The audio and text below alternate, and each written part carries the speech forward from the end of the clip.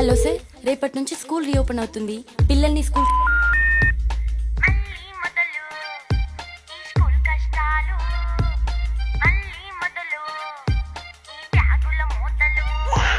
మళ్ళీ మొదలు ఈ స్కూల్ కష్టాలు, మళ్ళీ మొదలు ఈ బ్యాగుల మూతలు.